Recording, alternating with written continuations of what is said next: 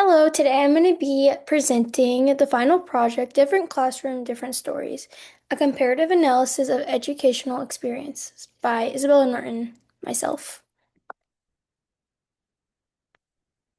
So for my interview questions, I I picked I interviewed two people for this since I couldn't find someone who was from a different country that attended Texas Tech, but I had friends that I know went to a different schooling system than I did, so I decided to interview them. So my questions consist of where did you attend high school and then what kind of school was it? What was the size of the school? What was a typical day like? Did you feel prepared for college after graduating? Why or why not? How did teachers handle students who were struggling? How would you describe the quality of education you received? What resources were available at your school? Were the opportunities like sports clubs or advanced classes? Do you think your school had enough funding and resources? How diverse was your school? What do you think your school did really well? And what was something you would change about your school system? So for my first interviewee, it was Teresa Towns. She's 20 years old, she's female, mixed race, and the location of her school was in Fort Worth, Texas. Then for my second participant, Alicia Collins, she's 19, she's a female, she's white, and the location of her town or her school was Crespa Town, Maryland. So, the summary of my findings. For Teresa, she went to a charter school and it was relatively small with 800 to 1,000 students. Her day typically started at 8 a.m. and ended around 3 p.m. She had multiple opportunities for college credit classes with dual credit, AP, partnerships with UT Austin, and she felt very prepared with all the high expectations the school enlisted, with having to have volunteer hours, having to be CPR certified before graduating, letters of recommendation, time management skills. Her teachers were very supportive, and they offered tutoring after schools and on Saturdays. She described her quality of education very well. They had Chromebooks, library, strong academic support, so all the resources you would need to be successful. They had sports, yet no football. They had robotics, yearbook, cooking, other clubs, so a bunch of different varieties of clubs so she could experience what she'd like and what she wanted to do. It was very diverse with cultural and religious backgrounds. The school strength had very strong academics. Since it is a charter school, you have to have a certain level of academics, community involvement, wide range of courses and opportunities. She believes the school was very well funded and resource rich. Areas for improvement, she would say that the student lunches need to be improved because the food quality did not match the funding level. Now, for my summary for Alicia, she went to a small private Christian school with 250 with 300 students, which is a big difference between how Teresa went to school. Their days were typically an hour longer. She said it was very small and close-knit community since it is a small classroom. So there was a strong relationship between students and teachers. So that led it to be very supportive, providing individual attention and tutoring. She felt very well prepared to college due to the strong teacher support and personalized help. So overall, they relied more on traditional, which means like textbook, paper. There wasn't really Chromebooks and smart boards. It was mostly paper. So yeah, there was a limited use of technology, but there were sports available. They had no football also. I've also noticed that these smaller schools do not have a big sport like football, which is interesting.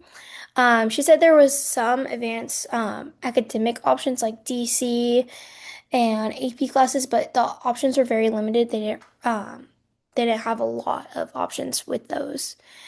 She believed that it was very well funded due to the high tuition that she had to pay to go there.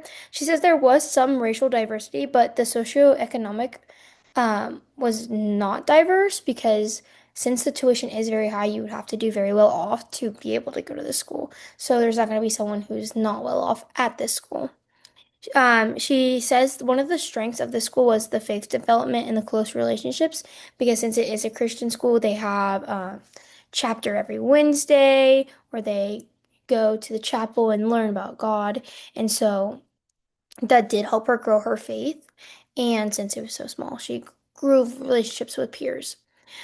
She thinks if it was bigger, she would have more opportunities and more social interaction. But since she didn't have that opportunity, she thinks it was very limited. So I got some direct quotes from my interviewees, and for Alicia, she says, "My school was really small, so everyone kind of knew of each other, which made it feel like a close community." Another one was, "I felt really prepared for college because my teachers gave me a lot of individual attention and they were always willing to help."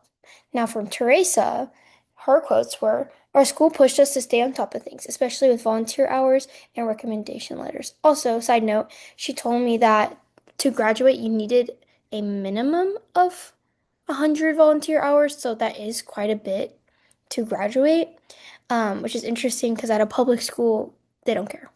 Um, and then she said, if you needed help, there were sessions held after school for tutoring as well as Saturdays, which is bizarre to me because I've never got anything like that. So for my course content, I picked the TIA from Module 4. I think it applies only to public schools, which relates to my interviews because it shows the difference between the teacher quality across the school system. Since I went to a public school, teachers, some cared, some didn't, but from Alicia and Teresa talking, they always had supportive teachers who offered tutoring, individual help, and strong academic encouragement. So, needing programs like this, so teachers in public school want to strive to make it a better educational place for their students would be awesome because like for me, for example, it felt like some teachers didn't care, and it seems like Teresa and Alicia always had a teacher that cared. Now, for my personal reflection, compared to my educational experience, I attended a large public school throughout different schools, but like I attended public school kindergarten through 12th grade. My graduating class was around 900, just that's my class. So, like, I went to a school probably with, like at least 3,000. Um, but yeah, my school day started earlier, so I would have to be there at 7.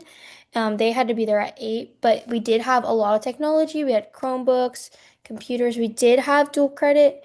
I think there was a good amount of options for the dual credit, but not extremely a lot because it still is a high school.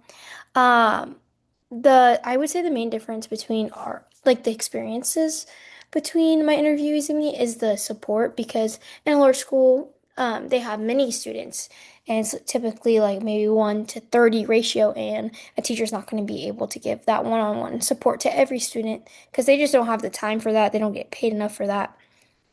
But my school was diverse. It had multiple cultural, socioeconomic backgrounds. You don't have to pay to go there, so anyone can go there. You just have to live in the district. But yeah, so overall, these comparisons show me how the school size and organization can impact students' experience and support. For my opinion, I think one way we can improve public schools is giving students more individual support. For my own experience as a student and for my interviewees, it seems that teachers often have too many students and not enough time to help everyone on one-on-one. Because of that, some students fall behind, even if they're trying their best. Schools could maybe fix this by lowering class sizes when possible and adding more support, maybe having a para in the class or maybe just giving each teacher a smaller section. I know that would require more teachers, but it overall benefit the students. Another way that they can improve schools is maybe focusing more on students' mental health and overall well-being. A lot of students deal with stress, anxiety, and things outside school that might affect how they do in class. But a lot of times they don't often get that support. I know there's counselors, but I don't even know my high school counselor's name. So like maybe if there is more of like the advertisement that there is help or you can have support. So I think maybe counselors, peer mentors, and programs make students they can make them feel more comfortable for asking for help. So, yeah, I think if students feel supported and understood, they tend to do better in school overall. So, I think if we added all these changes, the school system would be relatively better. So yes, thank you. Thank you for listening to my presentation.